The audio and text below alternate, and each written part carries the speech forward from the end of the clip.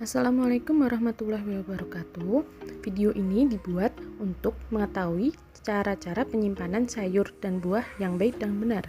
Sebelumnya, perkenalkan, nama saya Nadela Triana Fatwa Hasanah dari Program Studi Ilmu dan Teknologi Pangan Universitas 11 Maret. Di sini saya akan menjelaskan mengenai tujuan penyimpanan. Yang pertama, dapat mempertahankan sifat fisik, kimia, dan zat gizi di dalam bahan mentah, buah, atau sayur. Yang kedua, dapat menjamin ketersediaan bahan pangan mentah di dalam rumah. Kemudian tujuan penyimpanan yang ketiga, yaitu dapat memperkecil kemungkinan penambahan pengeluaran dikarenakan membeli barang-barang yang tidak diperlukan, seperti sayur yang padahal di rumah sudah ada. Kemudian, tujuan penyimpanan yang terakhir yaitu dapat mengurangi sumbangan food waste atau sampah makanan di dunia. Mengingat masih banyak saudara-saudara kita di belahan bumi lainnya yang masih kekurangan makanan. Kemudian setelah mengetahui tujuan, kita akan mengetahui hal-hal yang perlu diperhatikan dalam penyimpanan bahan mentah seperti buah dan sayur. Yang pertama, dapat memilah dan mensortir bahan mentah saat membeli di pasar. Yang kedua, mengenai penyusunan dan penempatan bahan-bahan yang akan disimpan.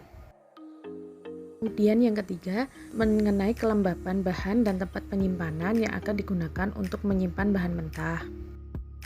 Hal yang perlu diperhatikan selanjutnya yaitu mengenai kebersihan bahan dan tempat penyimpanan. Selain kebersihan, kita juga harus memperhatikan sirkulasi udara penyimpanan bahan mentah yang akan digunakan. Hal yang perlu diperhatikan yang terakhir yaitu mengenai temperatur atau suhu penyimpanan bahan mentah seperti sayur dan buah. Sebelum saya menjelaskan mengenai tips-tips cara menyimpan bahan mentah seperti sayur dan buah, kita akan mengetahui alat-alat yang digunakan dalam penyimpanan sayur dan buah yang baik dan benar.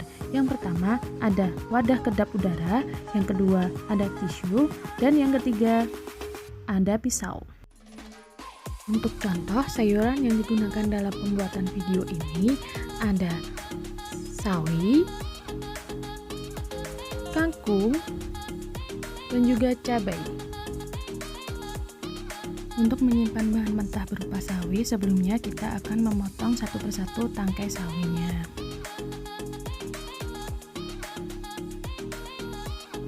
Setelah tangkai sawi terpotong satu persatu, kita harus membersihkan sawi menggunakan tisu atau lap. Setelah dirasa bersih, kemudian potong ujung tangkai sawi yang tidak diperlukan saat memasak. Bahan selanjutnya ada kangkung. Sebelumnya kita pisahkan batang yang tidak digunakan untuk memasak.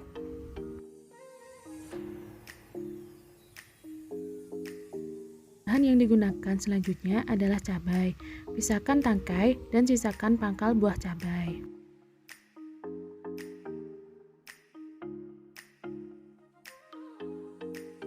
Langkah selanjutnya, siapkan wadah dan tisu, kemudian lipat dan dimasukkan untuk alas cabai yang akan disimpan.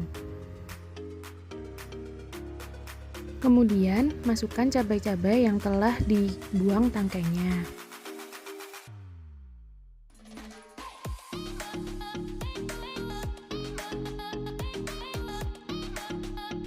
Jika dirasa ada cabai yang mengalami kebusukan atau kotor, kita harus bersihkan menggunakan tisu atau lap.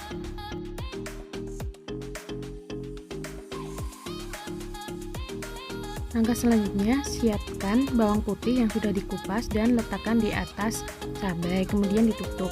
Bawang putih mengandung senyawa antimikroba yang dapat disebut dengan alisin, yang dapat membantu mengurangi resiko kebusukan pada cabai. Setelah menyimpan cabai, kemudian tips-tips untuk menyimpan kangkung. Siapkan wadah kedap udara, kemudian siapkan tisu sebagai alas, dan masukkan kangkung yang telah dipisahkan dari batang-batangnya.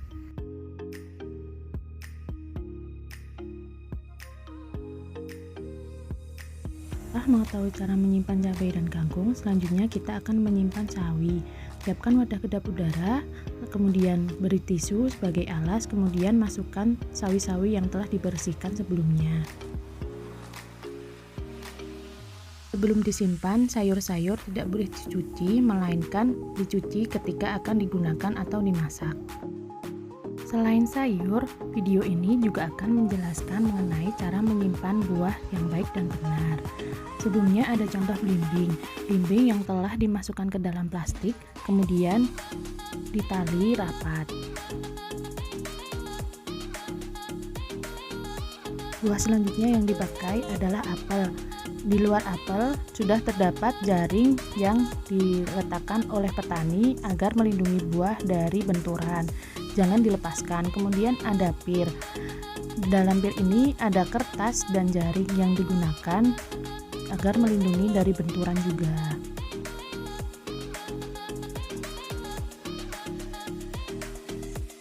Selanjutnya, jangan pernah sekali-sekali menyimpan buah di dalam freezer, dikarenakan sel-sel di dalam buah akan mengkerut dan ketika akan dikeluarkan akan mengalami kebusukan atau kepenyekan. Setiap kulkas pastinya memiliki tempat atau wadah untuk menyimpan buah dan sayur itu sendiri. Menyimpan bahan mentah seperti buah dan sayur, kita harus memperhatikan penempatan yang akan digunakan. Jangan tempatkan buah secara menumpuk karena dapat menyebabkan buah terbentur dan akan mengalami kebusukan.